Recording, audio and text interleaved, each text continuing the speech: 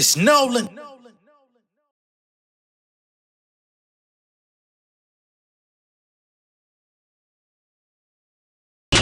On 85, straight genocide, get a bean pie, you won't pee. See homicide, that's inside, I'm on crease side with my P. I've been penalized so many times, my nigga died in them streets. Learned to bend aside, had to improvise, I set aside my grit.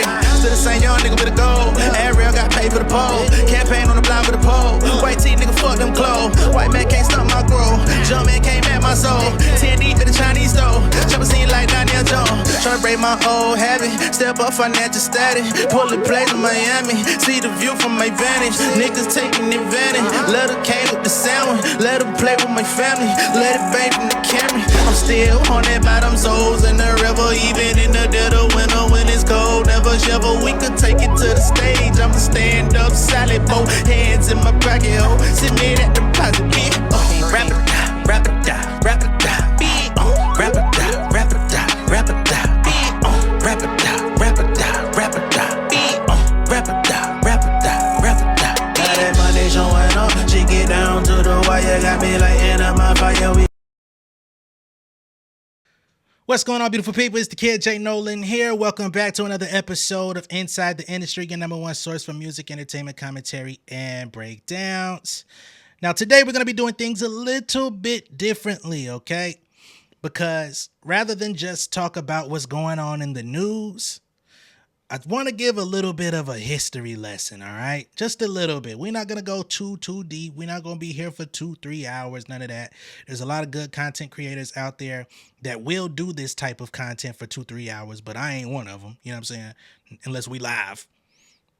But y'all know that I did come out and talk about Drake shutting down those shows for Schoolboy Q and also Sir out in Toronto at his partially owned venue called History.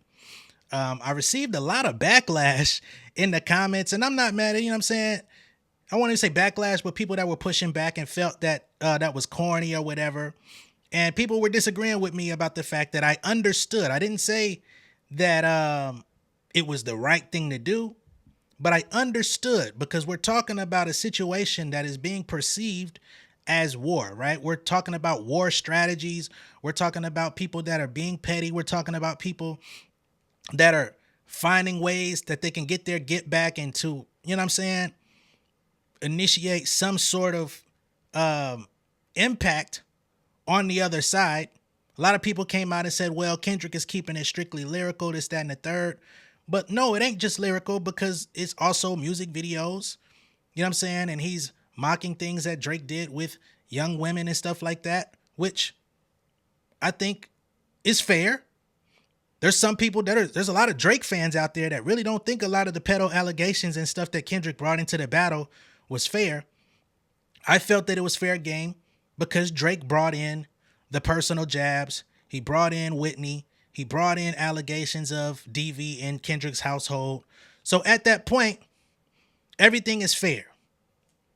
At the point where Kendrick decided to do the pop out, right, and perform that record 6 times or whatever it was to mimic Drake doing the same thing to Meek Mill, that was fair. For Kendrick Lamar to do all of the different things that he did in the Not Like Us video with all of the secret messaging and everything like that, that was fair. But I don't understand why people, especially people that are TDE fans, right? If in push-ups Drake said, all you top dogs, this for all the top dogs, drop and give me 50, that whole side, I don't even understand why Top Dog would have expected for his artist to be able to perform in a partially owned Drake venue. I'll even take it a step further, as I told somebody on Twitter. I don't understand why, as a leader among men, that you would send your artist to a partially owned Drake venue, right? In the interest of safety. Yes, I understand everybody feels like everything is good. You feel like your guys are trained to go, perhaps it may be, whatever the case may be. But that don't sound like a situation that I would want to send my people into just to get a bag, because you don't know what's waiting for you on the other side, right? That's my perspective of it. Everybody's not going to agree with me, and that's fine. But as I got to talking and got to thinking about this, just looking at people criticizing Drake for shutting these shows down, and everybody's entitled to their opinion, I say, you know what? Let me think about all of the different beefs that happen in hip hop where things went outside of music. And I'm not even going to talk about the obvious, like the Tupac and Biggie. We're not going to cover that. When it comes to like the Lil Kim, Foxy Brown, you know what I mean, where motherfuckers got blapped at, we're not even going to talk about that.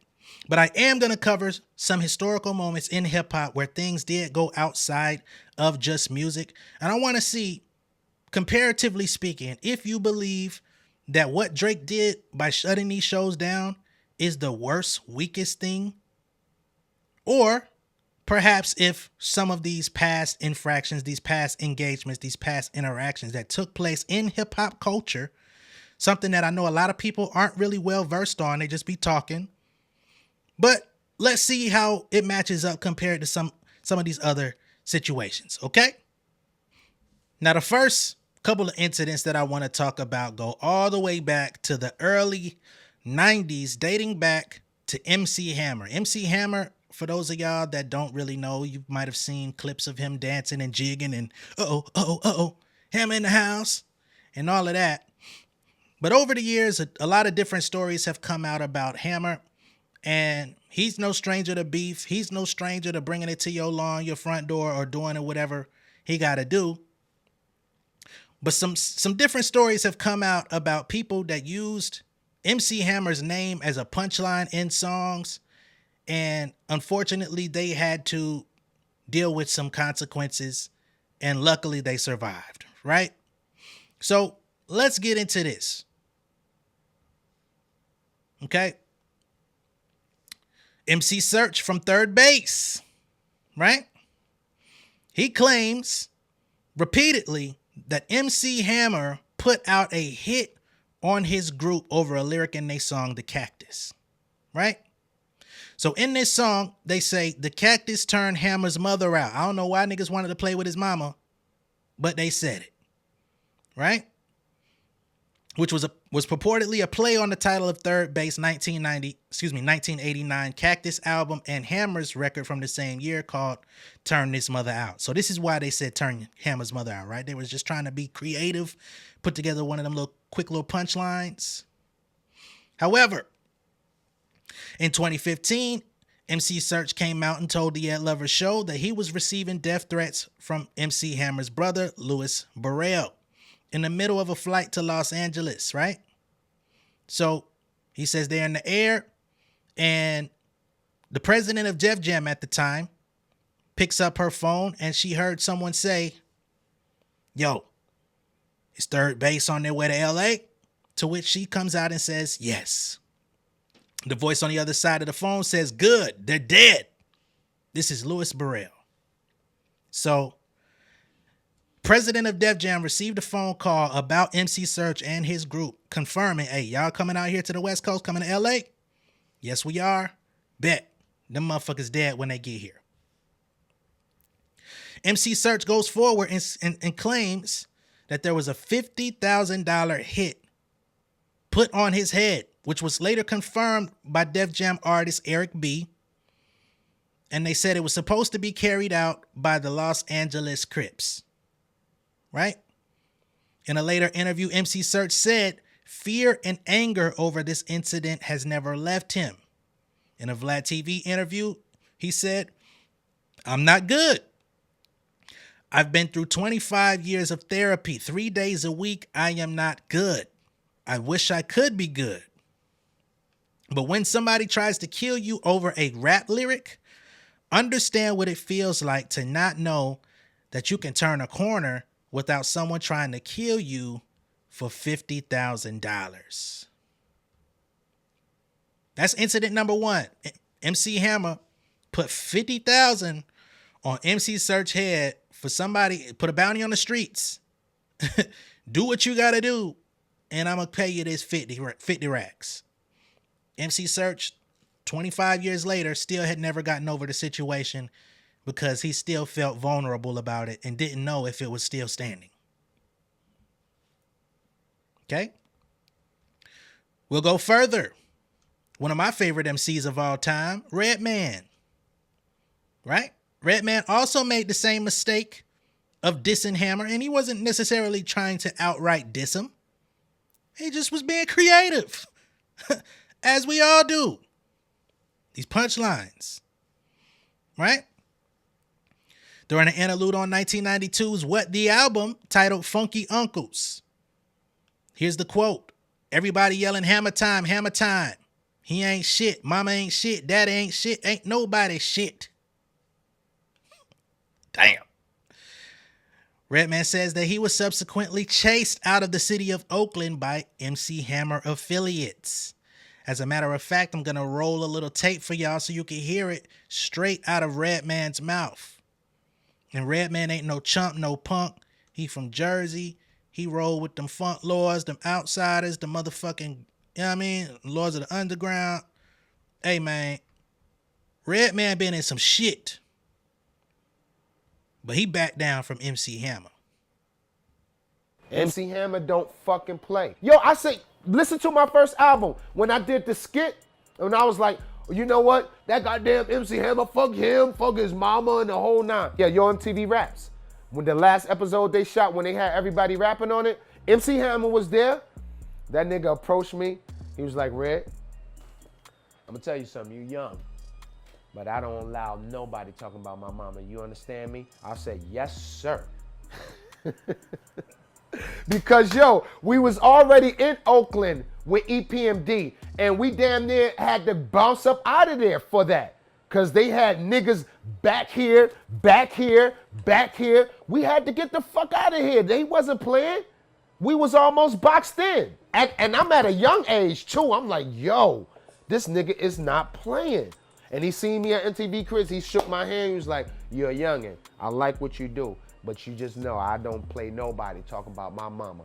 And I was like, you right, man. Now, I was the cool. I wasn't no pussy, you know what I'm saying? I was like, all right, my nigga, you know what I mean? But I was like, yes, sir, MC Hammer. In other words, I got the message.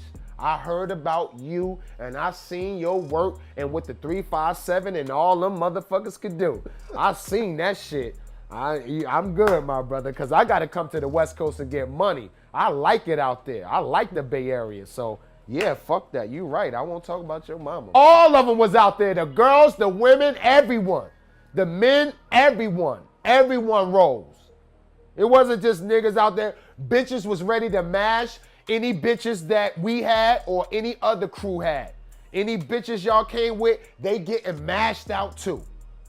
Serious. It was serious with Hammer. Y'all heard it right out of Redman's mouth. He said one line, little skit on the album, playing with MC Hammer name, and they had two separate instances. He was out on the West Coast in Oakland. He was in a club with EPMD and them niggas. They got chased out the club. Right? Go back to the East Coast, do Yo MTV Raps, do that final episode. If you've never seen the final episode of Yo MTV Raps, I implore you, as a hip-hop lover, as somebody who digests hip-hop content, I implore you, go back and watch that episode, do the knowledge, get some understanding on this culture before you speak on it. And I'm not talking about the other shit. I'm just talking about period. That's a legendary episode. Some of your favorite MCs that you do know and some of your favorite MCs that you don't know, favorite MCs of your favorite MCs, was on that episode, right? And MC Hammer pulled motherfucker to the side backstage and said, yo, I don't like that shit you said about my mama. You thought that shit was a nice little punchline. I already dealt with MC Search. We'll lay the motherfucker smack down up on your ass too, but I like you though. I like what you do. You're talented, man. Just keep my mama name out your motherfucking mouth. Back down. All right? We're going to keep this thing rolling, though. I'm not stopping at one little incident. There's too many that we could go through. Next up, from the Redman Entourage, Def Squad crew, we got Keith Murray and Prodigy. Now, for some of y'all may not know nothing about Keith Murray and Prodigy, right? Well, if you go back to Mobb Deep first album, The Infamous, they have a skit on there where they talk about, and this is Prodigy in particular, where he says, yo, all you niggas out here with these motherfucking space raps, you niggas talking about how much weed you smoke, how high you like to get, all this bullshit. I'm gonna take it back to school on you niggas, start punching niggas in the face just for living. Right? Imagine a nigga saying gonna punch you in the face just for living. Just for living. Just for having oxygen in your lungs, I'm gonna punch you in your shit. Right? So Redman took offense to this. Keith Murray took offense to this. However Redman felt about it back at that time, we never really heard about a real incident in the streets. However, Keith Murray definitely took exception to what was being said, right? So they find themselves in a situation where, of course, these are guys from New York, Jersey, Queens, you know what I mean? The whole shit. But everybody pretty much was going to New York to go to the, you know what I mean, to the different parties and shit like that. So they found themselves in the same club. Shit got popping on the inside. They found themselves outside getting into a brawl where shit could have went really bad. Allegedly, Prodigy was on his way to go get him a hammer, if you know what I'm talking about, and start blapping at niggas. Luckily, it never happened, but we do have Keith Murray talking about the incident in an interview about that. And again, I just want y'all to understand, this is the hip hop that we come from. I do not promote violence in that way. I don't want to see people getting their ass beat. I don't want to see nobody getting shot, stabbed, kicked, stomped, none of that type of shit. But if y'all want to call Drake emotional for shutting down somebody's show, understand anger is an emotion too. But we just gonna keep it going, right? Let's get to Keith Murray talking about this situation. And I'm not changing and turning into a Drake apologist. I'm just being fair about how I'm calling these things, because I think people are starting to get a little bit weird. And I don't think it's me, to be honest. I don't think it's me. I feel like I've been in the middle the whole time watching everything circulate. Hey, Prodigy and Mobb Deep. Yeah, I got into it. I popped his head off. Pause. What was that about? It was about... When he said, it was a misunderstanding. They said something on a record like, yo, I'm going to start punching rappers in the face talking about weed and this and that. Space I was always space stuff that don't make sense. I was the Philly Blunt King. Redman had how to roll a blunt. Right. So it was a discrepancy. But I seen him one day at the tunnel. No, before that. And Havoc was like, yo, nah, we ain't talking about you. We can go to Hot 97 and clear it up. I was like, nah, it's cool. But then Prodigy was the one kept talking. Mm-hmm. So then when I seen him at the tunnel, we was in the bathroom. I told my man A+, God bless his dead, like, yo, look at Prodigy. He was like, what? I was like, what? And Fat Joe was like, nah, chill. Then we was outside. We was leaving. We went outside. We was on the corner. So they happened to be outside. Then he was like, yeah, it's time. We was looking. I was like, time. They start crossing the street. So I'm thinking it's time to get busy. Right. So bang, pow, pow, boom, hit the ground, jumped up. He started running, started chasing them. Come here, hey! Then my cousins and them beat his mans and them under the car. God bless the dead twin. Beat him under the car. Trigger the grandmother was across the street. He saw it. Police was like, when I was coming back, police was like, take it around the corner. So then by that ended. And then I seen him, we pieced it. I talked to him on the phone. Now we cool. All right. That's Keith Murray talking about beef with Prodigy from Mobb Deep. Just a simple intro on an album. No names, no nothing. It's just, oh, it sound like you said something about me. I'm on your motherfucking head. Now, I know some people out there will be like, man, you know, I prefer when people just do a square up one-on-one fight rather than cancel somebody's show. That's passive aggressive. I want y'all to understand, as I stated before, anger is also an emotion. Once you lose control of your emotions and you act out in any way that's outside of your character, or you try to inflict something upon someone else, these things are now entered into a very similar category. Yes, I don't expect Drake to get up and start punching niggas in the face. And for his sake and for everybody's sake, I don't want nobody to get punched in the motherfucking face. Whether it be him, whether it be Kendrick, whether it be anybody. But I just want y'all to understand, this is the culture of hip hop that we are talking about. So for somebody to be able to have control over a situation, because in the club, you have control over that too. You can say, I'm going to let this nigga, I'm going to chill. I'm going to have a good time. Yes, we can coexist and be separate. Or you turn on the switch in your head that says, I'm going to go punch this nigga in the face and chase him out the club or do whatever. It is an emotional reaction, no matter how you slice it. But that ain't it. That ain't it. Why would it be it? We ain't going to do this for too long, though. Another MC that I grew up listening to, Fat Joe. This is a very famous, infamous situation. Fat Joe and the Terror Squad crew, right? They slashed former associate and member of the Terror Squad crew, Cuban Link's face, right? In an NYC diner, Jimmy's Cafe. At this time, Fat Joe and Cuban Link, they're still rocking. They were friends. And of course, they had my dog, Big Pun. And they were celebrating his success, which was ultimately taking all of them to new levels of success. Because in the early to mid 90s, even going into the late 90s, Fat Joe wasn't no huge celebrity. You know what I'm saying? He was a local New York rapper. He had classics, Jealous Ones, Envy, you know what I'm saying? And some other stuff that came after that. But he wasn't like the big shit. It wasn't until he aligned himself with Big Pun, got these other guys in his crew, they started to elevate and catapult, right? So at this point, Big Pun is taking off, which is elevating everybody to new levels of celebrity and interest in the industry. Rapper Cuban Link from the crew, he decides, hey man, I'm ready to start putting out my own solo music. Fat Joe's not moving fast enough, putting me out there on the forefront. I'm going to go secure my own deal. Right?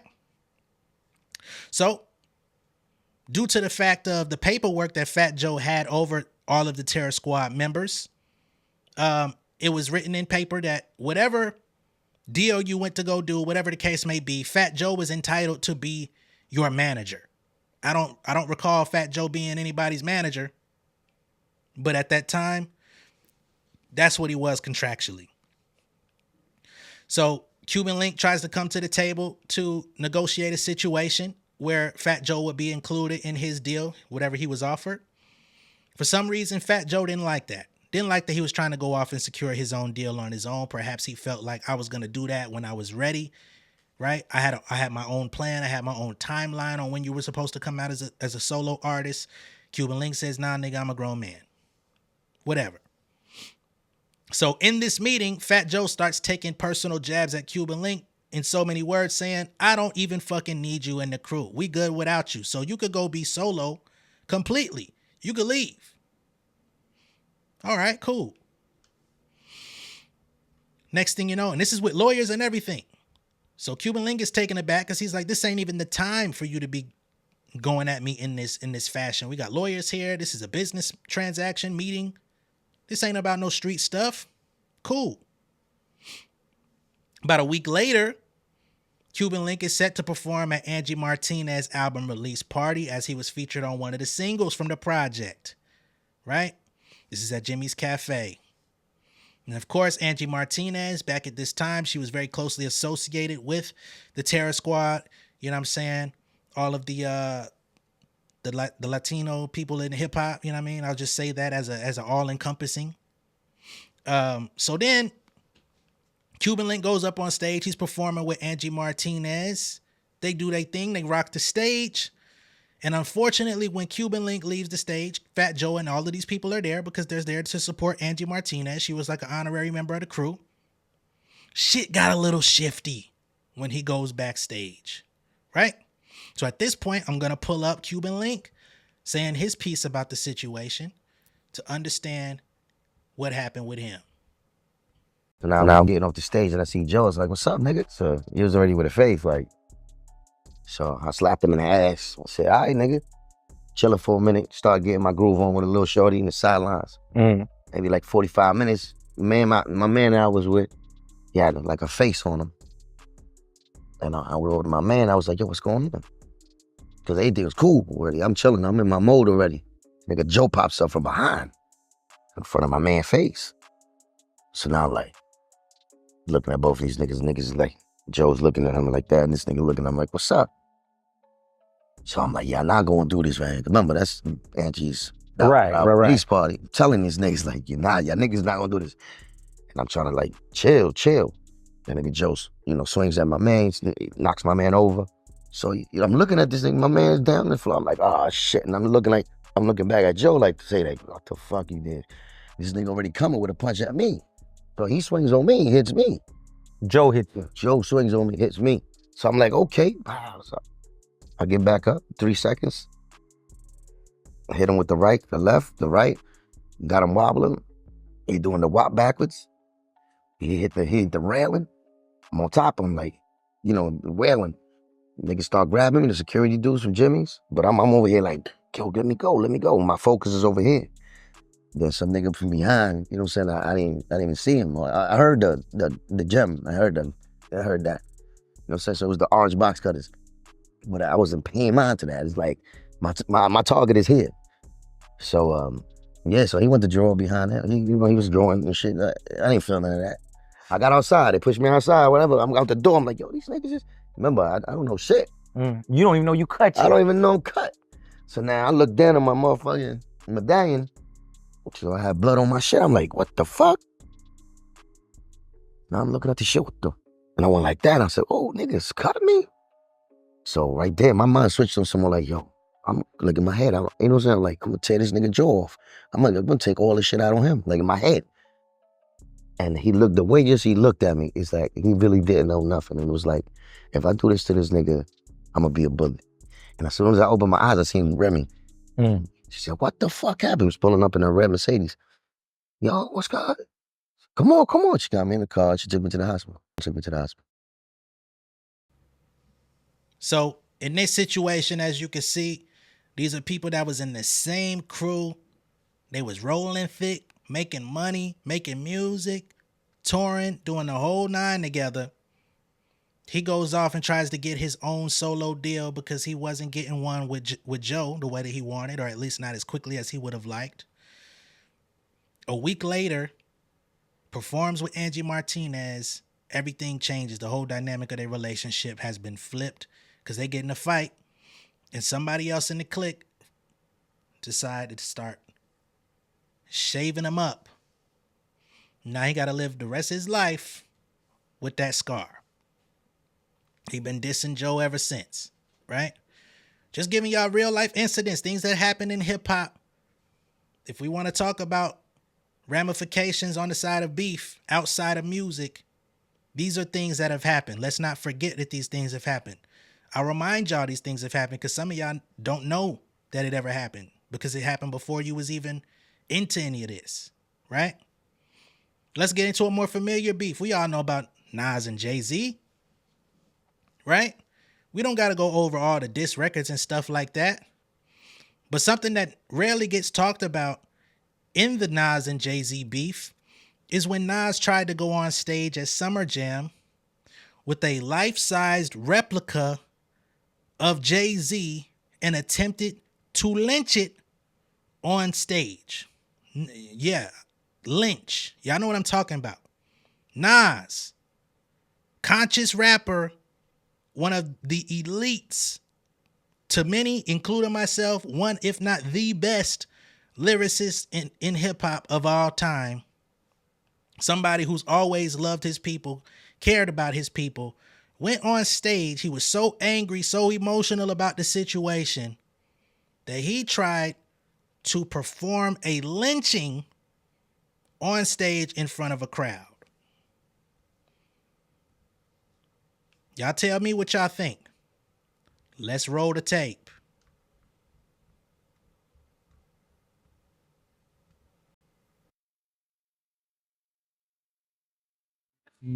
Hi, I'm Michael Burnett, special makeup effect artist, working on an effect for Nas. This is Jay-Z, one of Nas's close friends, that we're going to hang. Well, since Jay-Z wouldn't really let us hang him, we've made this. This is the silicone head. This is the skin that's going to go on our animatronic figure that Doug is painting. It's a very stretchy material. It's a very skin-like material. So, and over here is Jay-Z's body. John is working on the rope, which obviously is not a real rope, but it has all the cables and controls, and he's got all kinds of valves and goodies. He's an animatronic figure like at Disneyland. He's controlled by pneumatics, which are pistons that are run by air, and servos, which are like radio-controlled motors. We use a computer to actually program it to tell each servo when and each piston when to turn on and when to turn off. Okay. So here we have the gallows being painted that our animatronic figure will be hanging from. When that tilts up, it's 19 feet in the air. The rope hangs off of that. And when the lever is pulled, the trapdoor drops, and he drops the hangs. Now this. We're not gonna go no further on that. Y'all saw this. These are the people that Nas employed. Y'all saw the racial background on those gentlemen and what it took for them to create that thing. Emotional reaction. I love Nas. Nas definitely played a direct role. When you hear me rap, there was a time in my life where I even changed my speech patterns to rap like Nas. Some of my early work, if you were to go find it, I was doing my best Nas impression, right? But that's one of my goats. Some shit I ain't proud of when I look back. In the heart of the beef, this is what beef causes people to do at times, right? So when I look at something like a Drake shutting down a nigga's concert in a venue that he partially owns, I don't see that as no big fucking deal, because who would have expected those shows to continue anyway? Any logical person. If I was sitting back on the West Coast for the last 3-4 months, knowing I had a date coming up in Toronto, at some point I would have looked up and said, I bet that nigga probably gonna cancel our show. Being honest and realistic about the situation. Especially, we just popped out and showed niggas. All right, I'm gonna pop out and show y'all. You can't come to my motherfucking venue. Not a surprise for me, right? Let's go into even more recent territory. Meek Mill and Drake. We all know what that's about. Ghostwriter, all that good shit. We've talked about this on the channel. We've talked about Quentin Miller, right?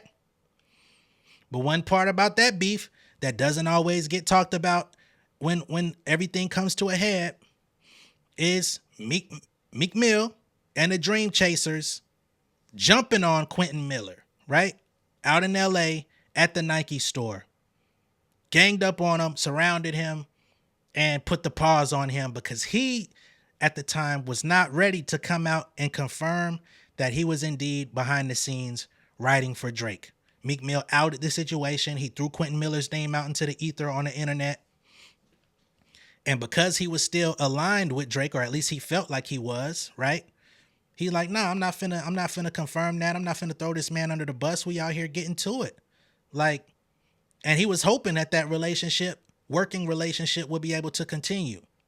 So because he wasn't coming out and confirming anything, Meek Mill was angry. Like, dog, I'm putting you out there. I'm trying to give you the credit and you not taking it. Because of this nigga? Nah, fuck that. So they caught him lacking out in LA. Let's hear what Quentin Miller has to say about that. Again, not taking up for Drake in any form or fashion. I'm taking up for just hip hop, how things go, how beef looks in a variety of different situations, so people can have a little bit more context. Because it seems to me some people are experiencing perhaps their first rap beef in their life, or are experiencing this particular rap beef in a vacuum with complete isolation. You probably witnessed it, you saw it, but you're not really thinking about how other things have played out in the past. So I'm just reminding folks, right? And this is probably one of the only times that I'm going to be agreeing with Drake on anything. But I want to showcase the validity in why I'm agreeing with what he did. That's all. Okay, so Meek Mill and the Dream Chaser crew, basically ran into you at the Nike store and they just jumped you? They tried to get me in front of paparazzi at first. We kind of caught each other. I was getting out the Uber and we kind of caught each other. And then he sent his man. He was like, "Yo, come over here. Meek wants to talk to you." And I was just like, "I don't want to go in front of paparazzi. Like, I don't want to do that." And so, like, you know, they just followed me in the Nike store, yeah, and just popped off in the Nike store. So, but I mean, I'm not a street nigga, you know what I'm saying? Like, I'm a suburban kid. I'm from Gwinnett County. Like, I'm not a violent person. So, like, I'm not out here to be the toughest nigga. So, yeah, you know what I'm saying? That's cool. That's like punching me is like punching Frank Ocean or like punching I Love McConan. You know what I'm saying? Like, what kind of points are you getting off of that? You know what I'm saying? Like, if that's what you want to do, that's what you want to do. I'm one of the most peaceful, like, nicest motherfuckers that you'll ever meet. Like, I'm not a street nigga, so like, you can have it. You can have the tough title. That doesn't do anything for me. All right. So these are just 5 instances over the course of from, I guess, about 1991 up to 2017. Yeah, I guess 17. To where all of these things happen. We're now in 2024, and again, everybody's not a hip-hop historian. Everybody didn't experience hip-hop. Everybody didn't grow up with hip-hop as their first choice when it came to music, and I understand that. But I also want y'all to just, you know what I mean, look at things with a little bit of additional context when we're talking about it, especially when we're talking about beef and people that don't agree or people that have issues within this culture. There's so many other instances where things went way worse. There's so many other instances that we know happen. We know some of our top artists have been unalived by innocent, well, I won't say innocent, but fucking just regular civilians, right? Nothing to do with no lyrical battle. We've seen people who were associated with other artists that have gone out and unalived their ops and stuff like that. But just keeping it to rappers who said things in songs and shit went a little bit left. And we're talking about people that are actually revered in this space, not just fly-by-night, flash-in-the-pan types of artists. These are artists that people have known, loved, respected, paid money to go see shows. And many of them have gone on to continue doing that in the culture today. So that's the perspective that I'm looking at this from. I understand if you don't like Drake, I'm not going to change your perspective. If you hate Drake, I'm not going to change your perspective. However, I'm not trying to, right? I'm just talking about this particular situation. I don't think it's serious as a lot of people are trying to make it out to be. That's all I'm saying, right? So for y'all to be like, oh, that's weak, that's emotional, once a lame, always a lame. Hey, that's all good. That's cool. And you can say it's lame, right? But in hindsight, a lot of these other things that took place that a lot of people have hoisted and bragged about, and you go into certain circles within hip hop, there's certain people of a certain age that still stand behind the shit that these niggas did, even though the artists themselves would disown it. A lot of this shit was lame, if we keeping it a buck. But for whatever reason, this machismo, this I don't even want to use the word toxic masculinity, but that's what it is, that we've kind of embraced and utilized in hip hop over the generations. It just comes across a little bit weird to me when people just can't say, all right, in an isolated event, I understand why this guy might have did that, right? Especially when he has the power to do so. Again, like I said yesterday, it's one thing if he goes to a random club in Toronto and says, if you bring these motherfuckers out here, I will never patronize your business and I will do everything in my power to get y'all shut down. That I couldn't co-sign, right? Because now you're interjecting yourself in a situation that really didn't have nothing to do with you. But if a nigga is booked at my venue just oh so conveniently, and I say, nah, fuck that, you ain't coming here. Oh, that's corny. I'm sorry. Is it not beef? Is it not a problem? Is it not conversations that need to be had for everybody to prevail and go their separate ways and feel okay about the situation? Is that not logical? And another reason why I think it's important that I actually talk about this is because I've told y'all before, I've seen quite a few, I refuse to say names, you know, I think that's a little bit tasteless and crabby, but there's quite a few content creators out there that are out here spreading salacious lies about this beef, right? Or they're putting out clickbait videos. They're taking a little portion of what somebody says, and then they're taking it and twisting it into a whole different narrative. You know what I'm saying? There's people out here that are literally trying to say that, you know what I mean? You'll see it out here. You know what I mean? And for me, my thing is, don't like the nigga. Hate the nigga if you must, right? But when we start dogpiling with misinformation, we start putting stuff out here like Drake is just like the worst form of rap or rapper we've ever seen in hip hop. That's where I start looking at niggas sideways, because these are the same people that hoisted Drake up at one time, right? These are the same people that used to buy his music, show up to his shows, all of these different things. And many will be like, oh, well, I had a great revelation about him. Well, what did it take for Kendrick to point it out? Because there's a lot of people out here that never liked Drake to begin with, and I feel like it does those people a disservice who really genuinely did not fuck with him and never thought he belonged here to begin with. For people to start changing their story now, all of a sudden, 15 years into this nigga career, and now all of a sudden you try to act like you've been on this wave. I don't like that shit, man. I don't like that shit. And if the shoe were on anyone else's foot, I think a lot of people out here would be willing to say that this is weird behavior. And keep it a buck. That nigga come out and do some weird shit tomorrow, I'm going to come on my platform and say he's doing some weird shit, doing some lame shit, doing some shit that I don't fuck with. But on this one, I just don't see where this is like some sort of crazy offense. You know what I mean? And the way that the narrative is being shaped, I hate to say it, and some of y'all gonna get very angry. Some of the way people are behaving out here is very similar to that ladies fan base that everybody claims they hate. And y'all know who I'm talking about. You know the fan base I'm talking about. You know the activity I'm talking about. So I would just challenge everybody, take a look in the mirror. You know what I'm saying? Take an objective look at what it is that you're seeing. You know what I'm saying? Be objective about everything that's being presented. And if at the end of the day you still don't fuck with dude, that is what it is. It's not like I'm saying I'm telling you that you have to. I'm not saying that I even fuck with him. You know what I'm saying? But I have said if he puts out some music that I like, I'm going to say it. If he does something that I think is cool, I'm going to say it. Because I am not here to join anyone's bandwagon, right?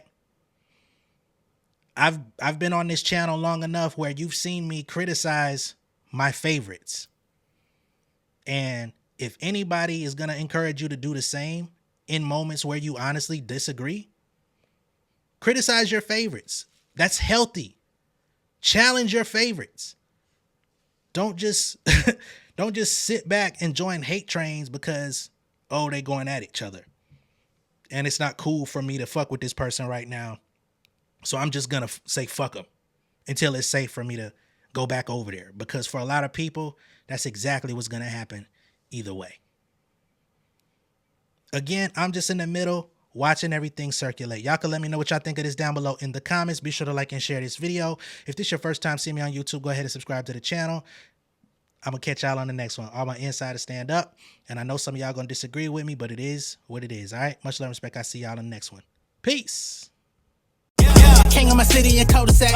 Coming out swinging like soldier rag. Leading my people like quarterback. Boy, I study this shit on my almanac. Had to get up and grind. Knowledge is booming, I'm here to apply. Came with the chip and the dip, it just single the mind. We finna do more than survive. I need my check. Spinning the block for the Gouda. We hitting the jeweler to flood out the net. We don't do beef for computers, I'm straight out the sewer, we come when you rest. Niggas be looking perplexed, so keeping my foot on their neck. No map, I trust my gut for the quest, but drama, I'm fully abreast. I was ready for years and they doubted me. All of a sudden they tell me they proud of me. I been dropping these haters like calories. Cross I'm out, I came back with some boundaries, stand for my honor. But too raw, no corner, packing the stick with a drummer. Wanna catch my bad, won't fumble. I done came too far to be humble.